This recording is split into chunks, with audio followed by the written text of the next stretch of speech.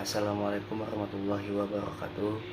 Kami dari mahasiswa Universitas Gunadarma, jurusan Teknik Industri, kelas 3 ID04, kelompok 8, yang beranggotakan saya sendiri, Iqbal Rafif Ramadan, dan dua teman saya, yaitu Anissa Dwi Ramadanti dan Isnaini Nur Afifah.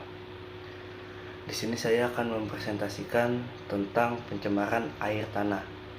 Nah, sebelum masuk ke materinya, saya mempunyai 5 pokok pembahasan, yaitu pengertian pencemaran air tanah, penyebab pencemaran air tanah, dampak pencemaran air tanah, contoh kasus pencemaran air tanah yang ada di Indonesia, dan cara menanggulangi pencemaran air tanah tersebut.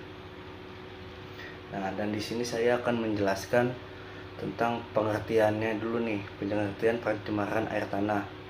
Pengertian pencemaran air tanah merupakan sebuah kondisi di mana tanah sebagai tempat berkumpulnya air yang tercemar oleh polutan atau zat tercemar, sehingga air yang berada di dalamnya juga ikut tercemar dan berpotensi menimbulkan berbagai gangguan kesehatan, bisa manusia dan ekosistem yang ada di sekitarnya.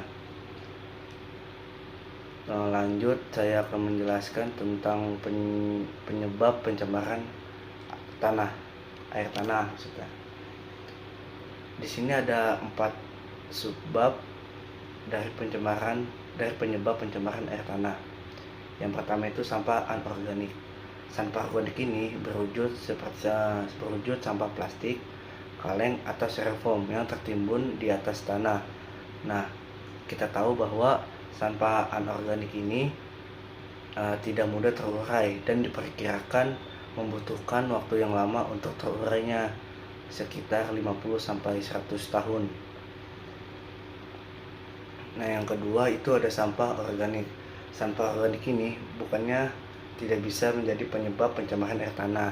Secara logika, sampah organik ini mudah terurai dan bisa dijadikan kompos alami bagi tanah. Akan tetapi, jika sampah organik ini seperti sayuran atau bahan makanan lainnya tertimbun di dekat sumber air tanah, dia bisa juga membutuhkan waktu yang lama untuk terurai karena kondisi tanah yang lembab akibat diguyurnya hujan. Nah, lalu sampah-sampah organik itu akan semakin membusuk, mengeluarkan bau tak sedap yang bisa menimbulkan gangguan saluran pernapasan manusia dan mengandung banyak materi. Penyebab pencemaran tanah selanjutnya itu ada limbah cair. Limbah cair itu bisa berbentuk air bekas mencuci pakaian, air sisa pestisida, cairan berminyak, atau cairan limbah industri yang mengandung zat-zat kimia yang beracun. Selanjutnya ada air lindi. Air lindi itu merupakan salah satu jenis air yang berada dalam lapisan tanah dengan kedalaman berkisar 2 meter dari permukaan tanah. Di sini saya akan menjelaskan dampak dari pencemaran air tanah. Pencemaran air tanah sangat merugikan bagi masyarakat yang tinggal berada tepat dengan pencemaran air tanah tersebut. Pencemaran air tanah membawa dampak buruk bagi kehidupan manusia. Di antaranya dampak tersebut yaitu yang pertama, turunnya tingkat kesehatan. Mengkonsumsi dan menggunakan air tanah yang tercemar dapat menimbulkan berbagai macam-macam penyakit seperti diare, muntaber, disentri, gatal-gatal, dan penyakit lainnya. Jika air tanah yang dikonsumsi ternyata tercemar oleh limbah yang mengandung logam, maka berpotensi menimbulkan kanker dan penyakit yang menyerang darah. Yang kedua, naiknya populasi bakteri-bakteri berbahaya. Bakteri yang bersifat patogen akan berkembang biak dengan cepat di dalam air yang tercemar. Tingginya populasi bakteri patogen juga akan mengurangi tingkat oksigen di dalam air. Dan yang ketiga, berkurangnya persediaan air bersih karena air tanah sebagai sumber air bersih sudah tercemar. Jika ketersediaan air tidak mencukupi kebutuhan sehari-hari seperti minum, mandi, mencuci, dan lainnya, maka akan kekurangan air bersih yang akan mengakibatkan berkurangnya populasi manusia. Di sini saya akan menjelaskan contoh kasus pencemaran air tanah di Indonesia. Contoh yang saya ambil adalah berada di Koja, yaitu Jakarta Utara. Yang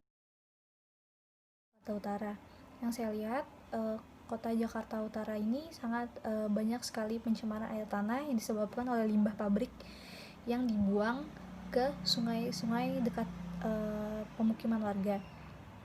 Limbah-limbah tersebut itu akan mencemarkan air tanah yang tadinya air tanah tersebut bisa digunakan untuk mencuci atau ataupun kegunaan sehari-hari lainnya, itu tidak bisa karena sudah tercemar, karena juga itu sangat berbahaya. Selain itu, limbah tersebut sangat berdampak bagi air tanah, air bersih dari dalam tanah yang akan dialiri ke rumah-rumah warga.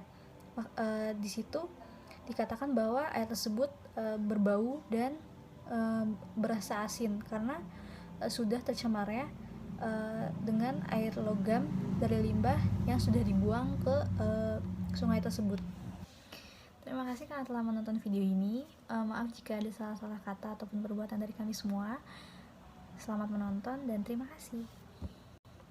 Cara menanggulangi pencemaran air tanah. Yang pertama ada remediasi, yang merupakan kegiatan pemulihan kembali permukaan tanah yang telah mengalami pencemaran. Pemulihan yang dilakukan dengan cara membersihkan permukaan tanah dari polutan.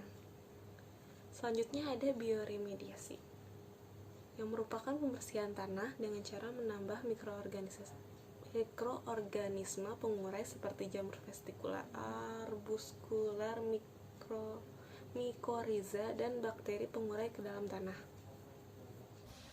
Terima kasih karena telah menonton video ini. Maaf jika ada salah-salah kata ataupun perbuatan dari kami semua. Selamat menonton dan terima kasih.